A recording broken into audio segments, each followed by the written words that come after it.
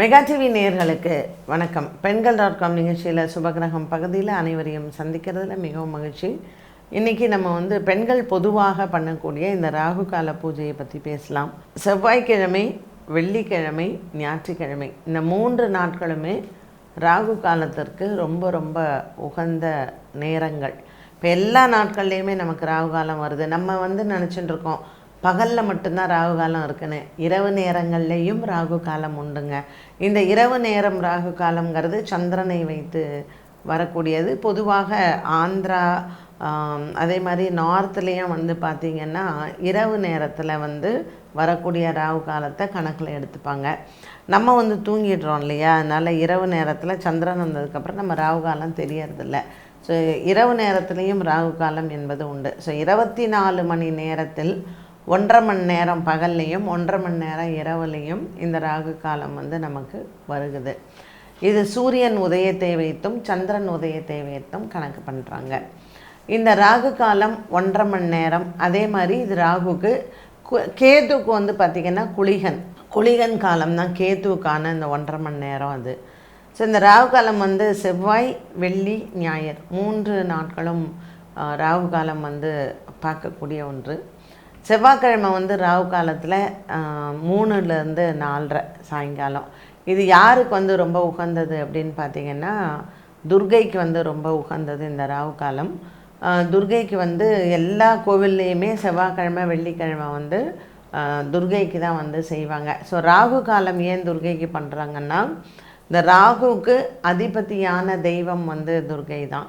காளின்னு கூட சொல்லலாம். பொதுவாக இந்த துர்கையிலேயே பார்த்திங்கன்னா கிட்டத்தட்ட 16 வகை துர்கை இருக்காங்க. இந்த 16 வகை துர்கையில் நமக்கு விஷ்ணு துர்கைன்னு சொல்லக்கூடிய இந்த துர்கையை தான் வழிபாட்டுக்கு நம்ம எடுத்துக்கிறோம். துர்கை பொதுவாக மகிஷன் தலை மேலே துர்கை நிற்கிற கோலம் தான் நமக்கு உண்டு. பட்டீஸ்வரத்துலேயும் பார்த்திங்கன்னா பெரிய மகிஷன், அதாவது எருமத்தலை, இந்த எருமத்தலை மேலே தான் துர்கை நிற்பாங்க. அண்ட் ஏன் ராகு காலம் அவங்களுக்கு ரொம்ப உகந்தது அப்படின்னு பார்த்திங்கன்னா, அந்த ராகு கிரகத்திற்கான அதிபதி இந்த தெய்வங்கிறதுனால அந்த ராகு காலத்தில் அவங்கள வணங்குறோம். எலுமிச்சம்பழ மாலை சாத்தி வணங்குறது, அதே போல் அவங்களுக்கு தீபம், எலுமிச்சம்பழ தீபம் ஏற்றி வணங்குறது. எலுமிச்சம்பழமே துர்கைக்கு, அம்மனுக்கே ரொம்ப உகந்தது தான். அண்டு எலுமிச்சம்பழம் பார்த்திங்கன்னா ஒரு சிலர் அந்த சமயத்தில் துர்கை, ஒரு அம்மன் கோயிலில் துர்கை சன்னதி இருக்குதுன்னு வச்சுக்கோங்களேன், அதற்கு உடனே அந்த எலுமிச்சம்பழ மாலை போடுறது எல்லாமே எலுமிச்சம்பழத்தை சூடத்தில் குத்தியும் கூட பிரார்த்தனைகளை நிறைவேற்றுவாங்க. துர்கை சில நேரங்களில் கோவில்களில் இல்லாமல் வனத்தில் கூட இருக்கலாம். வனதுர்கைன்னு சொல்லக்கூடியது. இந்த வனதுர்கைக்கு எப்பொழுதுமே வீரியம் அதிகமாக இருக்கும். காட்டில் இருக்கக்கூடிய துர்கை.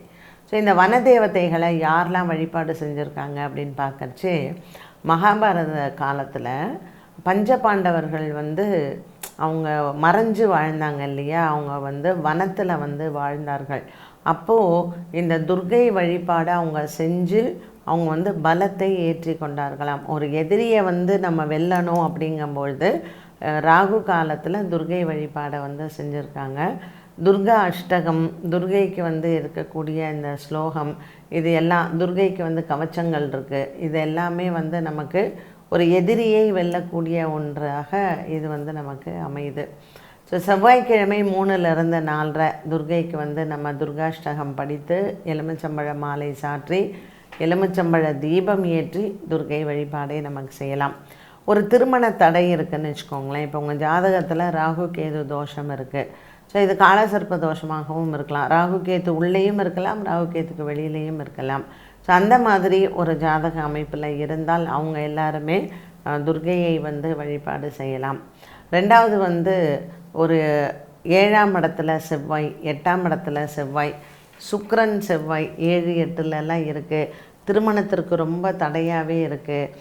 திருமணம் நின்று போயிடுச்சு, இல்லை எப்பொழுதுமே திருமண வாழ்க்கையில் எப்போ பாரு பிரச்சனை, இது எல்லாத்துக்குமே ராகு காலத்தில் துர்கை வழிபாடு ரொம்ப ரொம்ப சிறந்ததுங்க. வெள்ளிக்கிழமை பார்த்திங்கன்னா காலை நேரத்தில் வரும் 10:30 to 12. ஞாயிற்றுக்கிழமை பார்க்குறச்சே சாயங்காலம் 4:30 to 6.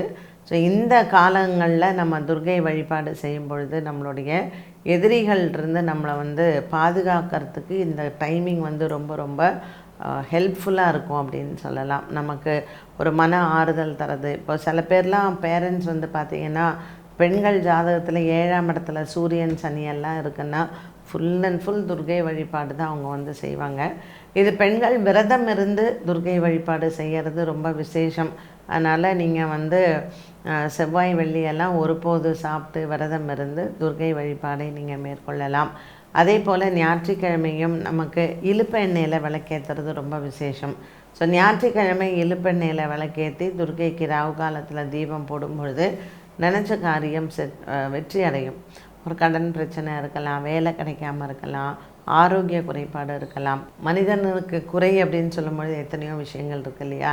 ஸோ இது வந்து நீங்கள் ராகு காலத்தில் இந்த வழிபாடுகள் எல்லாம் செய்யும் பொழுது ஒரு வெற்றி அடையக்கூடிய ஒரு சில விஷயங்கள் இந்த ராகு கால பூஜையில் நமக்கு கிடைக்கும். அந்த அரசாங்க பதவிகள் எல்லாம் இருக்காங்க பாருங்கள், பெரிய பதவிகள் எல்லாம் இருக்கிறவங்க, அரசியல் தலைவர்கள், இவங்க எல்லாருமே செவ்வாய் வெள்ளி ஞாயிறு மறக்காமல் துர்கை வழிபாடு செய்வாங்க. அதுவும் இந்த ராகு கால பூஜை துர்கைக்கு செய்யும் பொழுது அவங்க என்ன காரியம் நினைக்கிறாங்களோ அது நிச்சயமாக அவங்களுக்கு சித்தியாகும். அதுவும் நான் சொன்ன மாதிரி இந்த வனதுர்கை காட்டில் எல்லாம் இருக்கக்கூடிய துர்கை வந்து அந்த மாதிரியான துர்கைக்கெல்லாம் கண்டிப்பாக பலி கொடுத்து தான் வந்து பூஜை பண்ணுவாங்க. அண்ட் இப்போ இல்லைங்க, நமக்கு வந்து மன்னர்கள் காலத்துலேயே வந்து பார்த்திங்கன்னா துர்கை வழிபாட்டில் அது ஊர் எல்லையில் ஒரு காவல் தெய்வமாலாம் துர்கையை வந்து வச்சு பூஜை பண்ணியிருக்கிறாங்க. ஸோ ஒவ்வொரு துர்கைக்கும் ஒவ்வொரு மாதிரியான பெயர் வந்து உண்டு. நீங்கள் விஜயவாடாவில் பார்த்திங்கன்னா கனக துர்கா ரொம்ப ரொம்ப விசேஷம். அதுவும் அந்த ஆறு ஓடும் அந்த ஆற்றங்கரை ஓரமாகவே மலைக்கு மேலே துர்கா வந்து இருக்காங்க விஜயவாடாவில். நிறைய அரசர்கள் கிருஷ்ணதேவராயா காலத்துலலாம் வந்து துர்கைக்குனே தனிப்பட்டு பெரிய ஆலயங்கள்லாம் அமைச்சிருக்காங்க.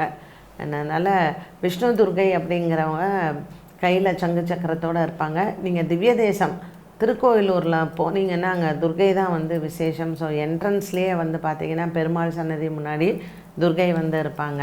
அண்ட் நிறையா இங்கே நம்ம திருவல்லிக்கேணி பார்த்தசாரதி கோயிலில் தாயார் சன்னதிக்கு பின்னாடி வந்து பார்த்திங்கன்னா துர்கை வந்து இருப்பாங்க.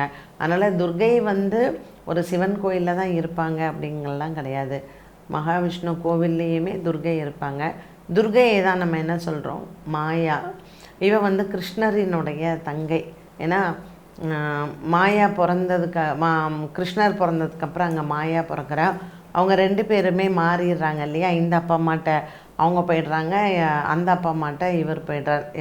யசோதா நந்தகோபர் இதில் வந்து மாறிடுறாங்க இல்லையா? அதனால் கிருஷ்ணருக்கு உடன் பிறந்தவள் தான் இந்த துர்கை. அதனால தான் பெருமாளுக்கு தங்கையாக அவளுக்கு வந்து பெருமாள் வந்து எல்லா விதத்துலேயும் சீர் கொண்டு போய் கொடுக்கறது அப்படிங்கிறது. அதனால் துர்கையை அனுதினமும் நம்மளுடைய வாழ்க்கையில் நம்ம வணங்கினோம் அப்படின்னு சொன்னால் எந்தவித குறையும் நமக்கு வராது. என்ன நேயர்களே, இன்றைய பெண்கள்.com நிகழ்ச்சியில் சுபகிரகம் பகுதியில் ராகு கால பூஜையில் துர்கை வழிபாட்டை பார்த்தோம். மீண்டும் சந்திக்கும் வரை நன்றி, வணக்கம்.